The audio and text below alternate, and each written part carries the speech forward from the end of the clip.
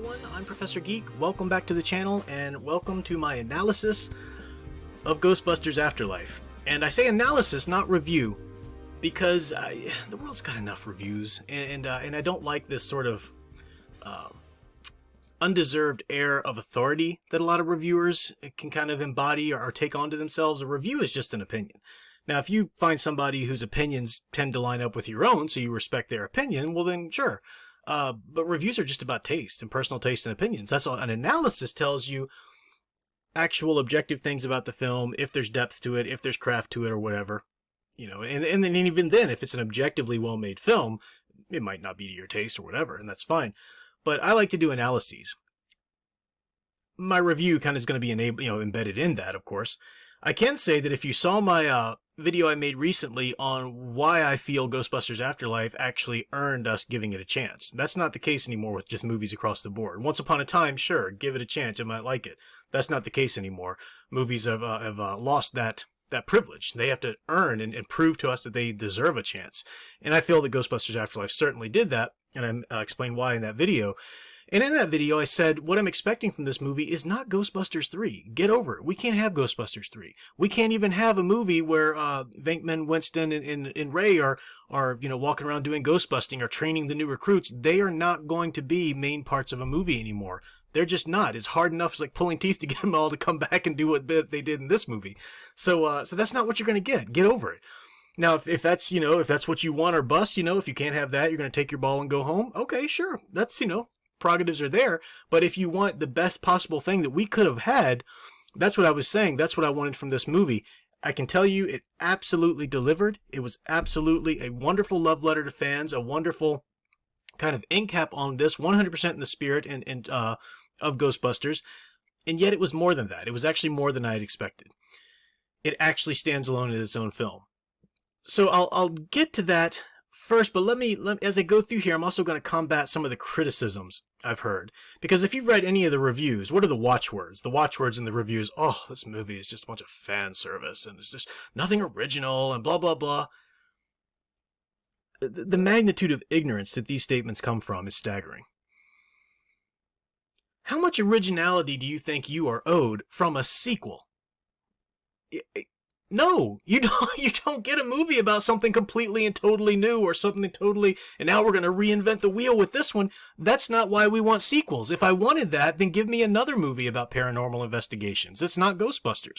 If I go to see a Ghostbusters movie, I want certain things there, and yeah, I want some fan service. Fan service isn't a problem. Empty fan service is a problem. If the fan service is there but there's no substance beneath it, then yes, that's a problem. That's not the case here at all. But you'll hear this from reviewers over and over and over again, and I've read a bunch of reviews kind of prepping for this afternoon, and it honestly feels like children talking politics or something, and they're just kind of parroting things they've heard from their parents. They don't get it. Like, oh, I can't believe that candidate's just pandering to his demographic. Like, what, do you even know the meaning of the word demographic? They don't. They're just saying things they've heard before that sound smart, and that's why you'll hear that fan service parroted around all the reviewers, and then other people who read a review or two and think that sounds smart, and then they're tweeting about it. Oh, I can't believe the fan service. What's the problem with fan service? It's only a problem if there's nothing underneath it. There's absolutely something underneath the fan service in this film. And that gets to the themes. So let me talk about the themes a little bit, and then I'll talk about some of the criticisms that I've heard from people who are on the other side of the spectrum. Because the reviewers that I'm talking about right now, you usually, more often than not, you can read between the lines and see these are people who really are mad that the 2016 film didn't make it. And you can tell that, and I'm not strawmanning them here, I'm just saying you can read between the lines in a lot of these reviews and tell that, because they're always going to draw the comparison, they'll always try and find something, and like one reviewer was talking about, well, technically on Rotten Tomatoes, 2016 is still winning because, its critics score is still higher. Now that may have changed by now, I don't know, but like what? How is that pertain at all to a review of Afterlife? It doesn't. It's just they were so mad that 2016 got retconned and passed over for this. So you can see that a lot, and you want to avoid these kind of straw men. But you can read between the lines with a lot of people, and we'll get to some other straw men here later after we get through it. But let's talk about some of the themes of the film. First of all, to understand a third film, you do have to understand the first two.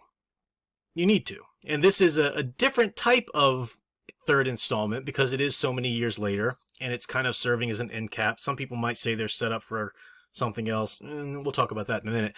But it's a love letter. It's looking back, and it is looking at that. It's for fans, and yet it does something of its own. So the first movie, we could do a whole stream like this where I really just analyze the first film. But the first film was basically about, evil arises in the world, but don't worry because good arises at the same time to take care of it. A great summation of that is in Ghostbusters 2, when Peter, Ray, and Egon are on trial, and the persecuting attorney is talking to our prosecutor, interrogating Venkman there, and she says, so what is it that you do? And he says something about, well, there are things in the world people can't explain, and this and that, and that's where we come in.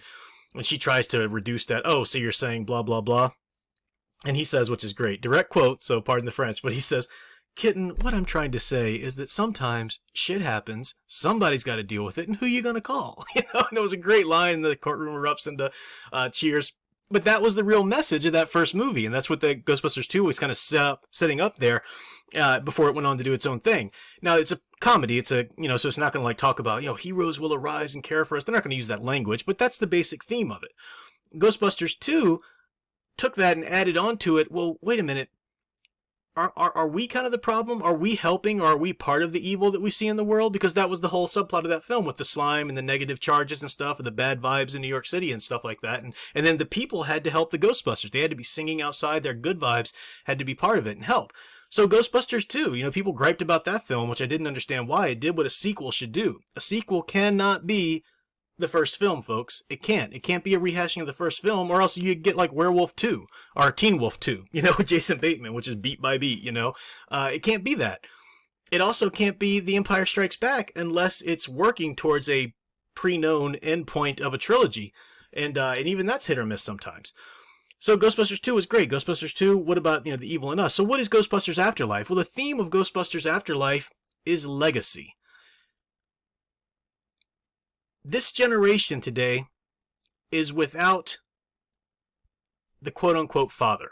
It's got father figures. We see that in Gary Gruberson, the Paul Rudd's great character, but he himself doesn't really know how to teach or impart or to guide. Our generation today is missing guidance. And this is meta on a couple different levels, but let me just walk through this. We need to get in touch with our past. We need to get in touch with previous generations if we are actually going to conquer the evils of our world today and move forward and forge ahead. Specifically, the father figure left in the past. That's really what this film is about. I know it's a comedy, and some people who just aren't intellectually skilled enough to look for meaning are gonna go, "That's the movie. Why did you dig so deep?" No, you're just really obtuse. The problem here is that, or the message of the film, we have Phoebe, and I am going to be spoiling the heck out of it at this point, so fair warning. But we have Phoebe there, her family, Egon's grandchildren, Egon's daughter and grandchildren go there, and Egon abandoned his family, so his daughter was without a father. Their father abandoned them. They go to this farmhouse that Egon left them. I'm blanking on his name right there. Is it Trevor? Finn Wolfhard's character, Phoebe's brother. We see when they're in the town, he goes to try to flirt with the girl there, and he just bombs. He's a horrible flirt. It doesn't work, and their people are laughing at him and stuff like that. Because he doesn't have guidance. He doesn't have any kind of guidance in that. Now, if that scene was alone, you would just have said, well, where's that guy? He's a bad flirt. It's a funny scene. Yeah, but then that scene is repeated when Gary Gruberson comes, the summer school teacher, and tries to flirt with Phoebe's mom, and does the same thing. Totally botches it, is very awkward, can't quite, So the fathers of our time, so to speak, the father figures, the teachers, the guidance, the adults of our time in the movie is saying, they never received the guidance themselves, or they're incapable of really guiding our current day time period, or our current day generation ahead in forging. We need to forge a connection with our past if we're going to do that. And of course, this culminates, once again, I'm spoiling the heck out of this movie, so don't get mad at me, but that's what an analysis does. You can't do a spoiler-free analysis. The great thing about the ghost of Egon being in this movie is that is the connection to the past, and it brings back, and then once you have Venkman and Ray and Winston and all of them in there, we need to go back and reforge with the past if we're ever going to forge ahead and sometimes deal with the mess that past generations made, right? I mean, the whole Gozer thing is a continuance of the fights they were doing. Not really their mess, but, it's a continuance of that same threat. So we need to have that connection with the past. We need to form that. Now, the meta side of that, which is glorious, is that 2016, that was this current generation trying to do whatever it wants without any kind of connection to the past, without any kind of father figure for sure, because it was the ladies hear us roar.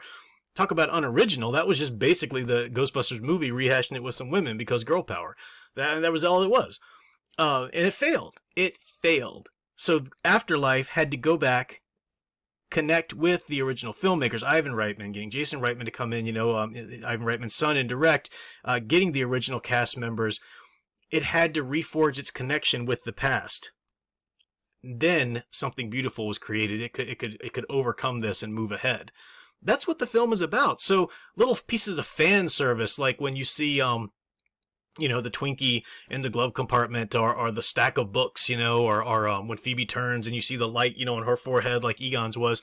Yeah, that's great. That's for fans to go, oh, that's so cool. But it's also to remind us that this story is connected to one that we've already seen. Just as there's nothing new under the sun. This current generation, which thinks, oh, it's the only one to ever face the problems of the world today. Yeah, I'm going to try the World War II generation. Go back. It's that same kind of thing. So there's that meta message within it as well, for filmmakers, which I think is great. But yeah, it's a film about something. It's not just some empty, unoriginal fan service. Where do you get that? Did you not read the movie? I would love to do, maybe you should start with Ghostbusters 1 and do a rewatch in terms of an analysis, not just chatting with friends, but actually let's analyze the scenes we're seeing here. You do have to do a different type of analysis on a comedy like Ghostbusters than you would do, say, Citizen Kane or something, obviously, but it's there. And this one, Ghostbusters Afterlife, is loaded. We could say a lot about that, and going far deeper than I'm going to go here just for a short video analysis. But it's there. It's 100% there. For the sake of brevity, let me address some of the criticisms I might see on the other side of the spectrum.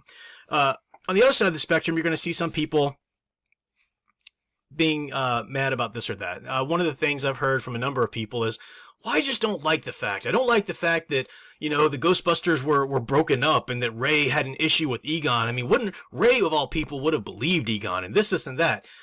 Now, the film does obviously skip over. We got 30 years of history, 30 years worth of story that we don't get as to what happened to Ray, Peter, Winston, and Egon between Ghostbusters 2 and 2021 and Afterlife. So yeah, there's a lot of untold story, and we do have to, by necessity, get that kind of summed up a little bit by Ray when he's on the phone with Phoebe. And, it made some calls that I personally wouldn't have made. I'm uneasy with the idea of at any time there have been bad blood between Ray and Egon. That doesn't sit well with me, but at the same time, you know what? It didn't sit well with me either, the decisions that they made between Ghostbusters 1 and Ghostbusters 2. I didn't like the idea of the city kind of turning its back on the original Ghostbusters, and them having to kind of fend for themselves for a while before there was another threat from what's his name? But, Vigo. But you know what? You're not the storyteller. You don't get to have the story exactly how you would have wanted it. So now what you need to ask yourself is it a deal breaker? Does this thing in this story that's different than what you would have wanted, and I come across this all the time, but then you have to ask yourself, is it a deal breaker? Meaning, for you personally, of course, is it a deal breaker for you? Then that means that you won't enjoy the film, and yeah, by all means, don't watch it, absolutely. But is it a deal breaker in terms, does when this thing is done differently in the story, does that bring the whole thing crumbling down around its ears? Does that 100% betray the spirit of Ghostbusters? And the answer is absolutely not. Absolutely not. In fact, as much as I don't like that idea, it actually adds to the story. It actually adds to this theme of why we need to reconnect with previous generations, because previous generations kind of lost connection with each other, right? This is the messaging of the film. And in the end there, I don't cry at movies. I didn't cry at this one, but man, closest I ever came to getting a tear when you've got all three Ghostbusters and the ghost of Egon right there with them. That was just brilliant. The reconnection, and they apologized, and they had their moments that they needed to have, and now they forged ahead with guidance from the past, but also just the blessing and the reconnection of the past. Egon's a ghost. He's gone. He's not there to guide his family anymore, but they can move on because they've had that connection with him. It was brilliant.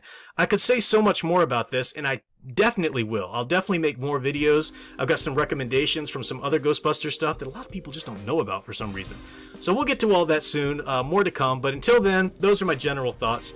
Thanks for watching. Stay tuned for more. And until next time, keep enjoying and digging deeper into the glorious hero stories, true hero stories that deserve it.